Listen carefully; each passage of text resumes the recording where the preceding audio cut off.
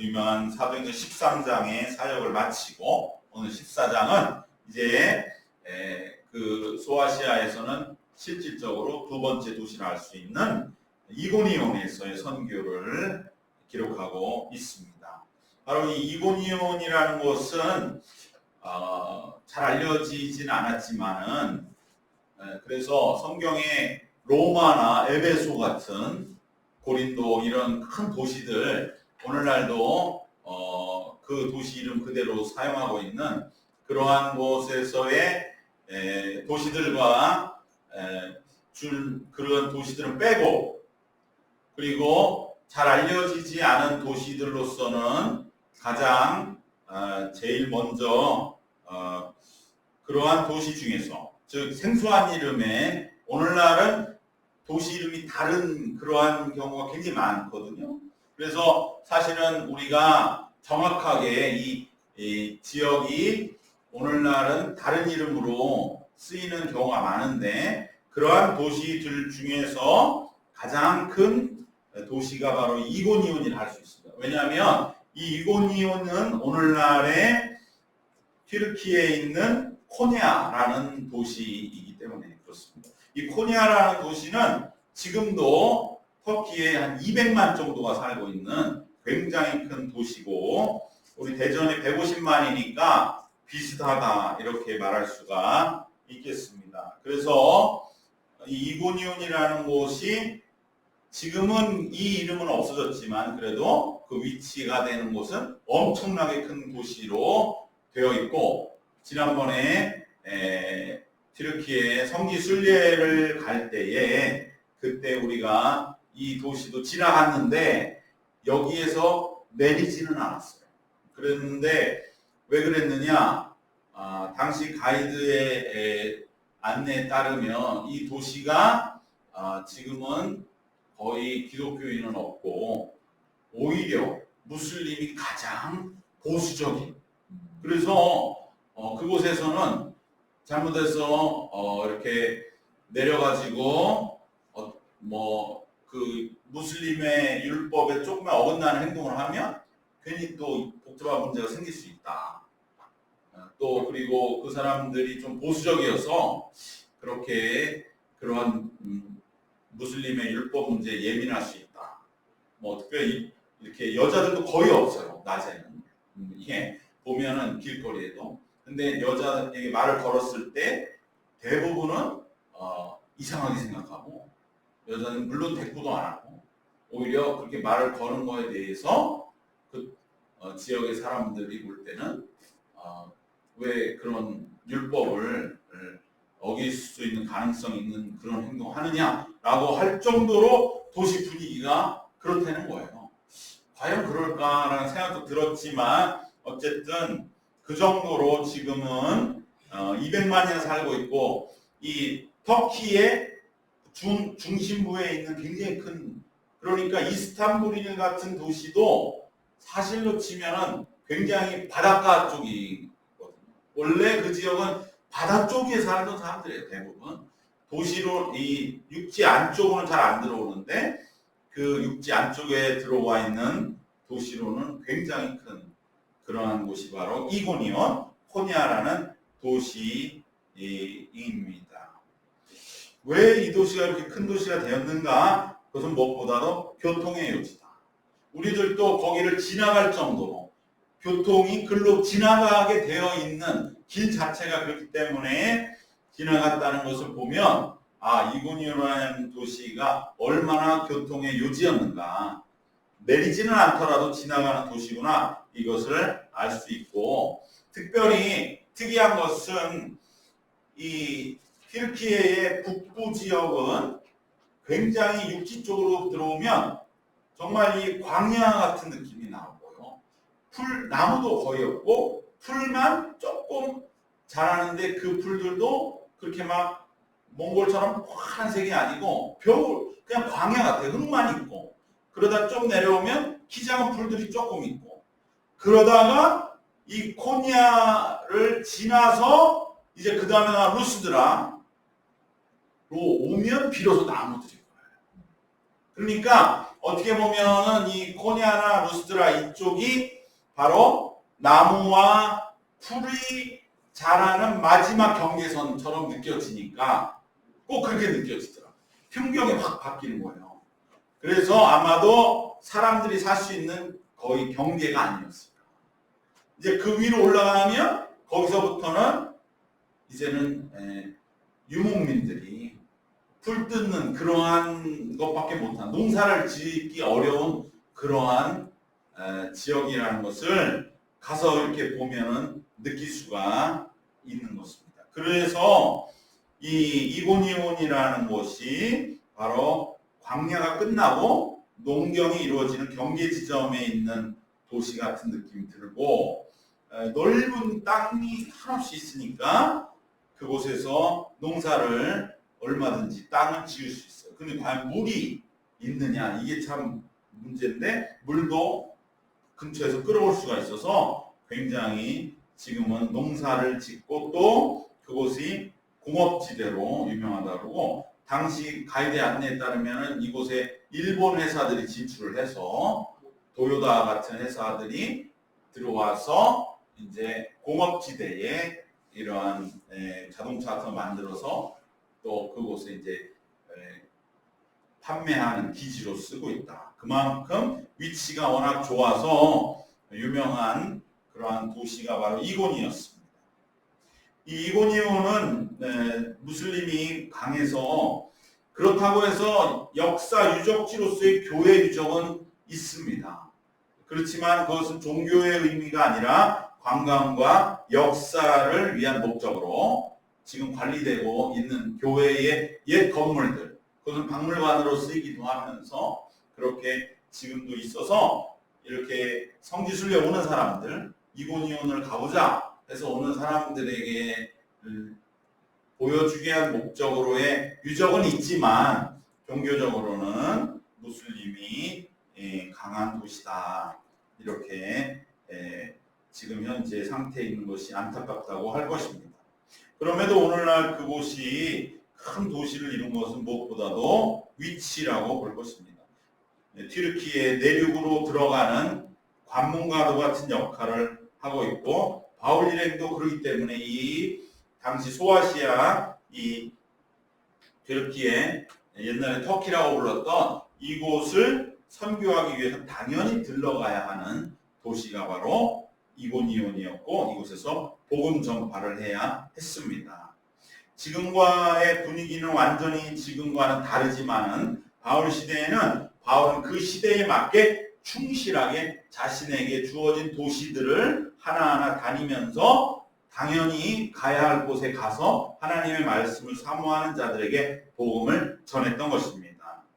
이처럼 우리는 이 사도 바울의 전도 여행, 선교 여정을 하나의 어떤 성령의 인도하심은 물론이었겠지만, 그러한 면에서의 신비적인 것으로만 볼 것이 아니라 그가 당연히 사람들이 모여있는 곳, 그곳에 유대인들이 신실하게 모여서 진정한 하나님 여호와를 만나고 하나님의 뜻대로 살고자 하는 이들이 있는 곳이라고 하면 당연히 가야 할 곳으로 여기고, 그곳을 매우 현실적으로 자신들에게 주어진 삶의 여정 속에서 열심을 다해 최선을 다해 맡겨진 길을 걸어갔던 것입니다.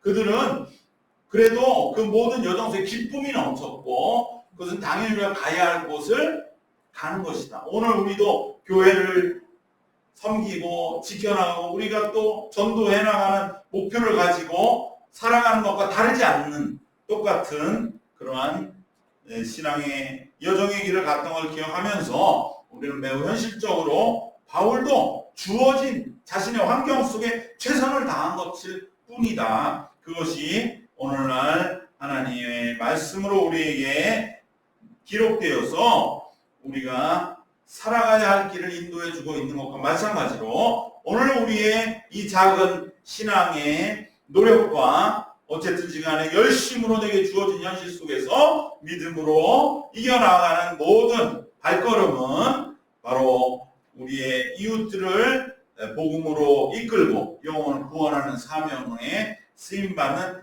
여정이 되는 줄로 믿습니다. 우리들도 마찬가지입니다. 바울은 그 주어진 환경이 그랬고 사명이 그랬고 역할이었기 때문에 이러한 비스디 안디옥이나 이고니온 같은 곳을 다니면서 복음을 전파한 것이고, 오늘 우리는 우리에게 맡겨진 또 막중한 사역, 하나님의 교회를 세워나가고 이 시대에 이 침체되어가는 신앙의 분위기를 반전시키는 그러한 역할은 또 우리에게 주어진 같은 임무라는 것을 기억하면서 오늘 우리가 다시 한번 하나님의 주신 사명을 기억하고 이 사도 바울의 여정처럼 우리들도 현실적이고 구체적으로 맡겨진 일을 헤쳐나가야 할 줄로 믿습니다. 문제는 이 복음 전파의 사명에는 늘 시련과 난관이 있고 또 반대자와 핍박자들이 있다는 사실입니다. 바울의 여정은 이 점을 끊임없이 우리에게 간증해주고 있습니다. 그럼에도 불구하고 우리는 이 바울의 이 일행들이 난관 속에서도 중단 없는 복음 전파의 행진을 계속하고 있다는 것을 마음 깊이 새겨야 할 줄로 믿습니다. 비시디 안디옥에서 그들은 비록 쫓겨내어짐을 당했다고 말씀에 기록되어 있지만은, 그러나 우리가 읽은 이 14장 넘어오는 13장의 마지막 52절, 13장 52절에는 제자들은 기쁨과 성령이 충만하였다.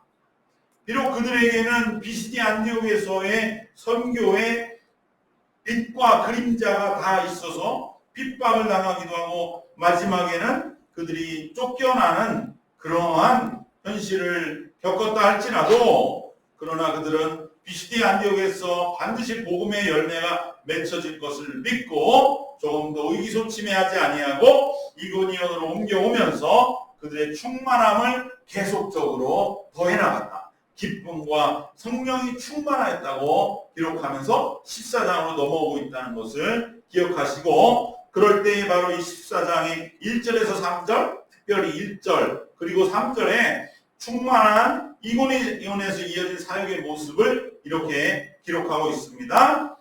14장 1절에서 3절의 말씀은 이렇게 말씀합니다. 이에 이고니온에서 두 사도가 함께 유대인의 회당에 들어가 말하니 유대와 헬라의 허다한 무리가 믿더라.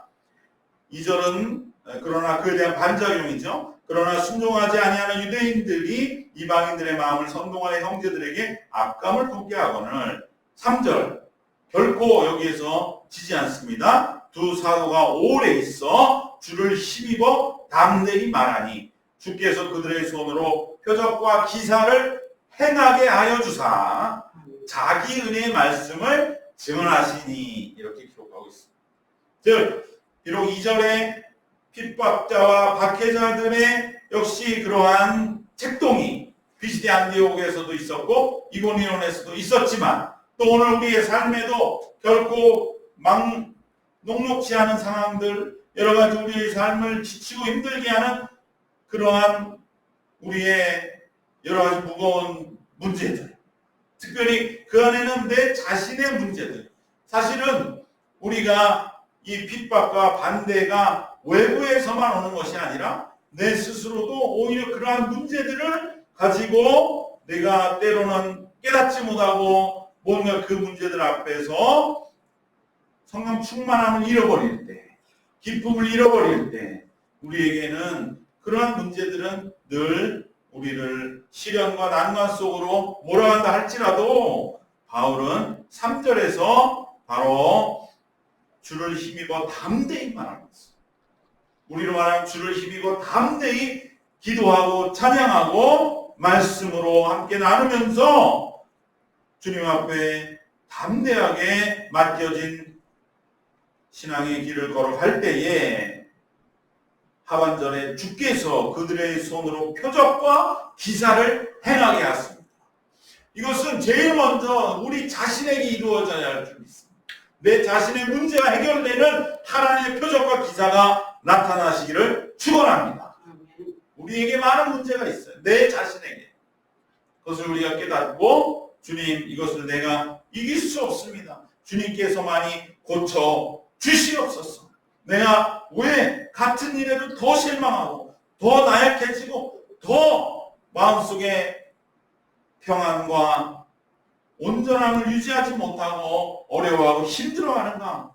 끊임없이 누군가를 정죄하고 누군가에게 대하여 마음에 불편함을 갖는 이 마음이 내 자신을 스스로 어렵게 할 때에 주님 이 마음을 나에게 해결해 주시옵소서. 표적과 기사로서 이 마음을 해결함 받게 하여 주시옵소서. 하나님께서 반드시 우리에게 해결함 받는 길을 허락해 주심을 믿으시기를 바랍니다. 우리가 그것을 믿고 나아가야 됩니다. 하나님은 조금씩 우리에게 깨닫게 해주시기도 하고 우리에게 이제 비로소 알려주시는 것입니다. 그래, 네 자신의 실상을 봐라. 네 자신을 제대로 봐라. 네 자신에 대하여 더 주님 앞에 무릎 꿇으라. 이렇게 주님 말씀하시면서 우리 안에 우리 스스로에 대한 변화, 정말 내가 꿈꿔보지 못했던 신앙인의 모습으로 내가 달라지는 그러한 변화들을 체험하는 그 표적과 기사 속에서 우리가 충만하게 될 때에 그래서 외적으로 변화시키는 놀라운 은혜로 나타나게 될 줄로 믿습니다. 우리가 정말로 넓게 봐야 되고 정말 깊게 봐야 되고 내 자신이 너무나 보잘것없구나. 정말 하나님 앞에 이 환경에 너무 약하게 넘어지고 내 스스로를 스스로 지키는 것을 모르는 거예요. 내 자신을 하나님이 완전하게 붙잡아 주시고 지켜주신다 이 말이에요. 마음을 지키고 나의 삶을 지키고 생활을 지킨다. 그런데도 늘 뭔가 연약해지고 약해지고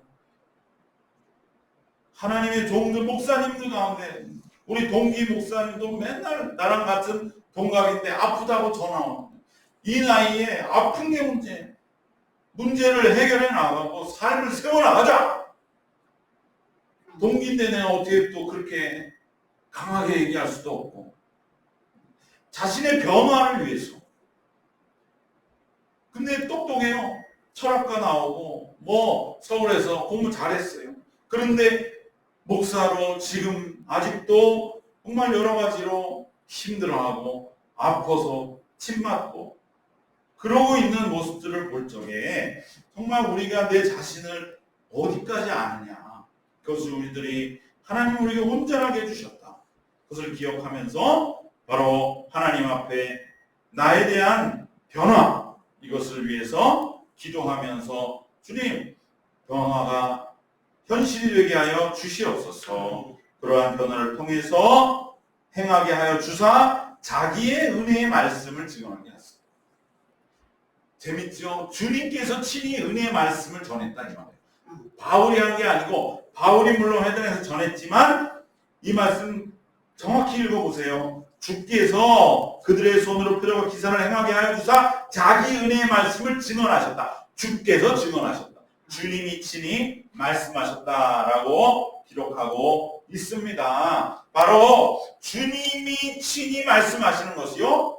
바울 일행은 주님 앞에 붙들림 받은 하나의 철저한 스피커, 도구였을 뿐이다. 라는 것을 기억하면서 우리들도 우리가 주님의 사명 감당하는 것이 아니라 주님께서 친히 하시고 우린 주님의 손에 붙들려서 쓰임받는다고 하는 우리의 이 본래 사명의식의 믿음으로 돌아가야 할 줄로 믿습니다. 그리고 오늘 본문에 우리가 가장 집중하고 마음 기울여야 할 주제는 바로 이 바울 일행이 충만함을 지켜나갔다고 하는 점입니다. 13장 52절에서도 보았지만 제자들은 기쁨과 성령이 충만하니라 그리고 14장으로 넘어왔던 것입니다.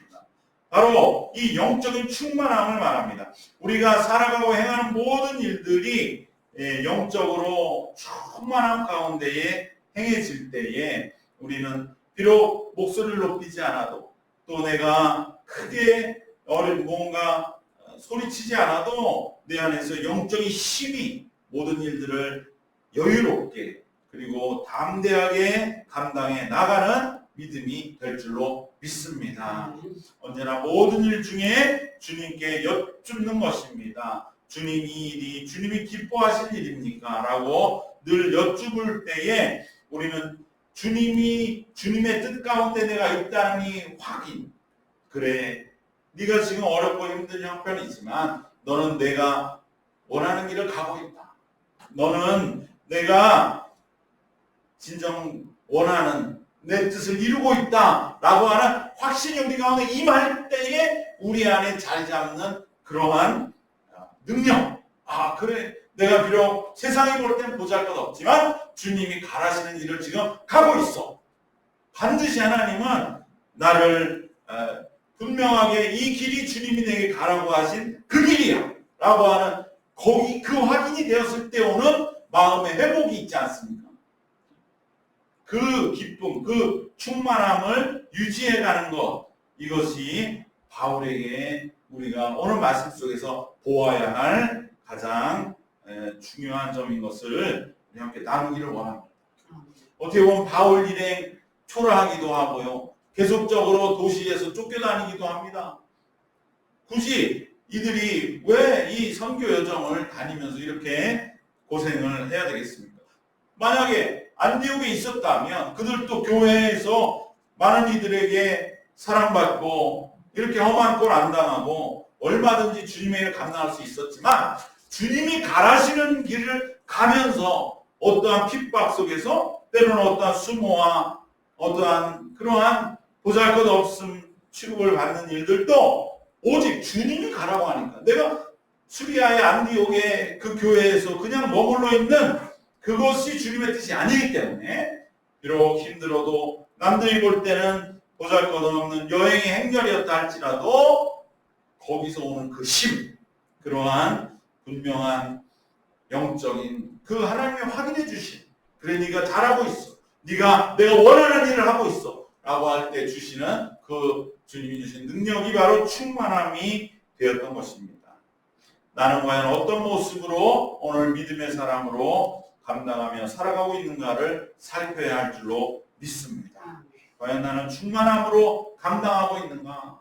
아니면 신앙생활을 하면서도 늘 마음속에 답답함, 괴로움, 지침, 안식과 평안을 얻지 못하는 그러면 충만으로부터 훨씬 먼 그러한 모습으로 믿음의 길을 가는 것은 아닌가. 이것을 우리가 늘 살펴야 할 줄로 믿습니다. 마지막으로 우리가 오늘 바울 선교 이군이온에서의 선교에 새겨야 할 것은 바울은 언제나 회당으로 바로 찾아갔다는 점입니다. 오늘 우리의 선교와는 좀 차이가 있는 것이겠지요. 오늘 우리는 예를 들어서 어디에 선교를 갔을 때 뭐 그곳에서 바로 절을 찾아간다든지 그곳에 어떤 신앙적인 그러한 곳을 바로 가지 않고 그저 사람들을 먼저 교회로 모으는 일을 하는데 사도 바울은 사람들을 모아서 그들을 기독교에 변화시키는 것이 아니라 바로 유대교 회당으로 직진해 들어갔다는 것입니다. 그것은 무엇이냐? 사도 바울은 바로 자신들이 이제까지 믿어왔던 이 유대교를 변화시킨다 이렇게 생각했다는 것이죠. 그렇기 때문에 유대교의 회당을 먼저 찾아가서 그곳에서 바로 하나님의 새로운 역사 복음을 전했던 것입니다.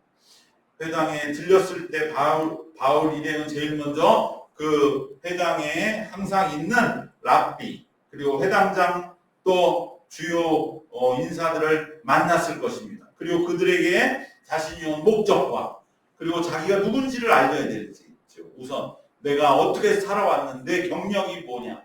그러면 어떻게 보면 자기가 예루살렘의 가말리아의 문화에 있었다든지 또 전에는 이러이러한 역할을 했다는 것이 많이 그들에게 참고가 되었을 것입니다. 그리고 그럼에도 불구하고 자기가 새로운 복음을 전할 게 있다. 이렇게 소개했을 것입니다. 그 사람들 중에는 어떻게 보면 이 바울에 대한 소문을 들은 사람도 있을지 몰라요. 그래서 바울이 굉장히 완전히 바뀌었는데 이상한 사람이 됐다. 이렇게 말하는 사람도 있고 한번 들어볼 만하다. 이러한 소문을 들은 사람도 있고 그런데 나중에는 필시 이제 바울이 누군지에 대해서 다 이제 알게 되겠죠. 왜냐하면 이 복음이 선포되는 순간에 그 회당 안이 뒤집어지는 거 아니겠습니까? 그렇게 되면 바울은 이제 엄청난 공격을 받게 될 것이고, 바울 우리 속였다라든지, 수많은 비난 속에, 논쟁 속에 이제 바울을 휘말리겠지만 그것을 두려워하지 않았다. 바울은 바로 자기가 자신의 삶의 가장 그래도 하나님 하루하루 주시는 나날들을 효과적으로 쓸 수 있는 방법이 뭐냐? 바로 회당으로 바로 가자. 그래서 회당이 얼마나 지금 약해져 있는지, 회당이 얼마나 지금 영적인 공동체였지만 하나님의 말씀이 전해지고 있지 못하다는 것을 바울은 누구보다도 절감했기 때문에 내가 그곳에 전하는 이 생명의 복음이야말로 지금 회당이 꼭 존재해야 되는 이유다라는 확신을 가지고 바로 회당으로 치고 들어가서 이제 나중에 자기에 대한 소문이 들리고 이러쿵저러쿵 수없는 많은 정말 복잡한 일들이 일어날 것을 하나도 생각지 아니하고 오직 새로운 하나님의 역사, 예수 그리스도의 복음을 전하는 일에만 집중했다고 하는 것을 기억하면서 오늘 우리에게도 여러 가지 생각할 것들, 여러 가지 복잡한 일들 다 내려놓고 우리는 오직 주님의 이 영혼 구원과 복음을 전하는 일에만 집중하는 그 바울의 모습이 오늘 우리의 사명 감당의 모습이 되어야 할 줄로 믿습니다. 다른 어떤 소문과 핍박이 오더라도 바울은 당당했습니다. 자신들이 이 회당을 다시 새롭게 한다. 우리가 주인이다 라고 하는 확신이 있었다. 그동안 회당이 어떻게 믿어왔던지 수천 년 동안 모세율법을 전하면서 믿어왔을지라도 하나님의 아들 예수 그리스도 주인이 오셨다. 진짜 주인이 왔다. 그러므로 우리가 주인이다. 우리가 이곳에서 마땅히 복음을 전해야 한다. 그러한 분명한 능력을 가지고 하나님의 역사를 이루어 나갔던 것입니다. 여러분, 우리 삶의 주인도 하나님이시라고 우리는 수없이 고백하고 있습니다. 그것이 주는 능력이 있는데 그것이 능력 나타나지 못하는 것은 우리가 아직도 뭔가 지나온 삶의 경험과 살아온 모습의 전통에 우리들이 신앙, 우리 개인 자체가 약해진 것은 아닌가. 오직 내 삶의 주인은 하나님이시다.